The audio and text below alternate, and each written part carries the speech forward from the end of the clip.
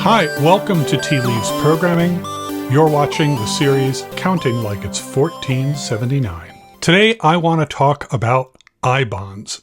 Before we begin, I want to say up front, I'm not a financial advisor, and nothing in this video should be construed as investment advice for you specifically. I remember when a few years ago, one of my great aunts passed away. I learned she had left me some U.S. savings bonds that she'd bought in my name the year I was born. Any bonds today?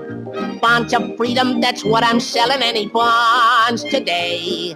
Scrape up the most you can. Here comes the freedom man, asking you to buy a share of freedom today. These were physical paper bonds, and I took them to the bank and had to endorse them, sign them, cash them in. And I felt very sentimental while I did this. I was thinking what a really lovely thing she had done for me, someone who she didn't know at the time. It felt really nice that she had given me that gift. But if I'm honest, while I was touched by the gesture, that type of savings bond wasn't really a great investment because the value of those bonds wasn't much more than when she bought them when I was born in, carry the two, 1853. I think a lot of people feel that way about savings bonds. They're kind of old-timey. But it all reaches back over the years to the dark times of 1941, when our president called the United States Savings Bond Program into being.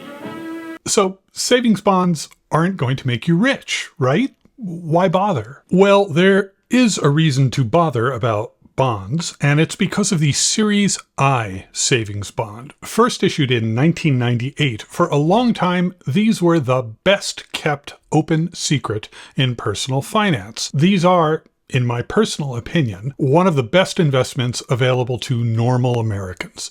In this video, I'm going to explain why I-bonds are so great, and I'll also discuss how you can get started in them, but also I'll talk about some of their drawbacks. Why do so many people encourage you to invest? Well, apart from the obvious profit motive of some folks, it's because of inflation. Fundamentally, if you're not investing your money somehow, you're losing it. Inflation means that the money we stick into a bank loses value over time. If you had $100,000 in cash in 1980 and you stuffed it into a mattress and you took it out of the mattress today, it would only buy a fraction of what it would have bought in 1980. In fact, you would need around $360,000 $22 to buy the same amount of stuff that you could have bought with $100,000 in 1980. Inflation is real, and it eats at your savings over time. For the past few years, we've had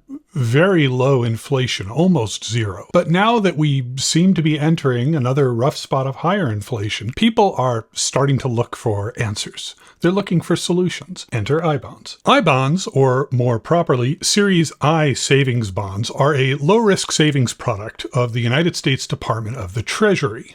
Unlike most savings bonds, which give you a fixed interest rate, usually less than you'd like over their lifetime, the I-bond is a little more complicated. It consists of a fixed rate return plus a variable rate. The variable rate is indexed to the inflation rate, specifically the non-seasonally adjusted consumer price index. The interest on the bond is rolled into the principal every 6 months. So you effectively get compound interest on your I-bond, and you get it for approximately zero risk because the bond is backed by the U.S. Treasury and thus the U.S. government. Now, some people have taken issue with my characterizing this as zero risk, and technically that's true. You could believe that there's a risk that the US government falls. I would posit that if you're going to take that risk seriously, and we're going to be living in kind of a Mad Max Fury Road sort of post-apocalyptic nightmare hellscape where you need gold to barter for, at that point, there's really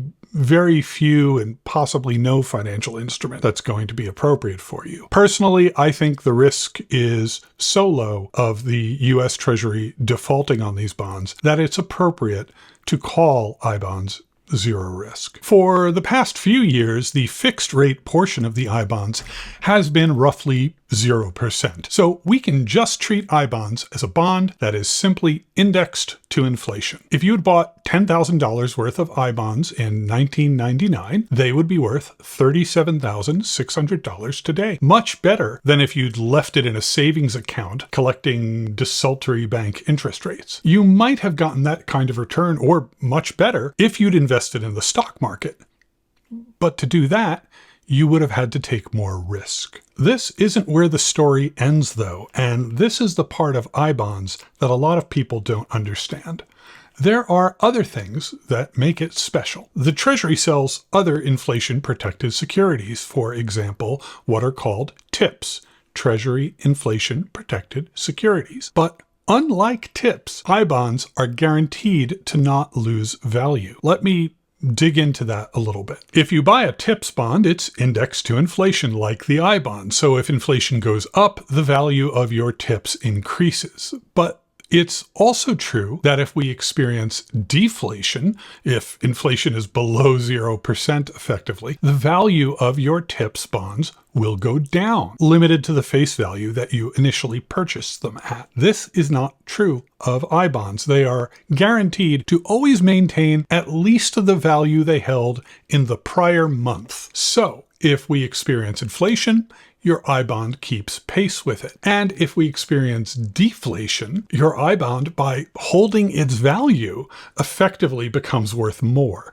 It's like a product that has multiple types of insurance built into it. They're an insanely good deal. So what's the catch? Are there any drawbacks to I-bonds? Well, there are, in my opinion, a few drawbacks. All of them, I think, are a fairly small price to pay, but they are things that you should be aware of before going in on them. First of all, I-bonds are a good way to save, but they're probably not going to make you rich. So while I think they fill a valuable role in many people's portfolios, if you're looking for I bought Xerox in 1936 or I bought Microsoft in 1980 type returns, they're not going to get you there. You're not going to see hundreds of percentage returns over a 10-year period or anything like that. Secondly, you can't buy I-bonds through a normal broker. You can only buy them on the U.S. Treasury's Treasury Direct website, treasurydirect.gov. This is a very 2003 website. It's somewhat painful to use. Complaints about it are legion. There's just no sugarcoating it. The site is pretty bad. And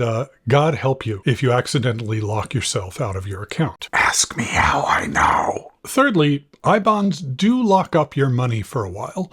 You can't redeem them for 1 year after you buy them, and then you pay a small penalty if you redeem them within 5 years of purchasing them. This is a very manageable risk for a product that's meant for long-term savings, but it is something to plan for. Lastly, the Treasury itself is quite aware of what a good deal they're giving, and so there are limits to how many I-bonds you can purchase each year. Specifically, each person can purchase $10,000 of I-bonds a year. You can also get an additional $5,000 of I-bonds over and above that by applying your tax refund to purchase them. When you apply your tax refund for an I-bond, they mail you a paper bond.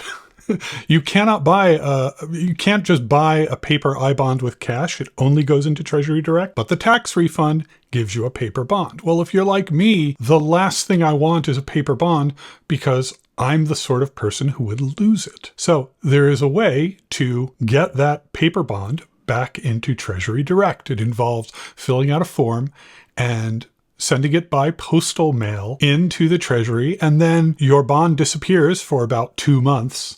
And then eventually, hopefully, it shows up in your Treasury Direct account. This is absolutely excruciatingly nerve-wracking. Whether it's worth getting that extra $5,000 a year into I-bonds, it probably is, but it is a real pain. I'll leave it up to you to decide whether that's something you want to do. So on the one hand, it is a bummer that it's limited to $10,000 a year, but for many of us, $10,000 a year is a significant amount of saving. Lots of people would be thrilled to save that much. And bank savings accounts, by and large, are pretty terrible.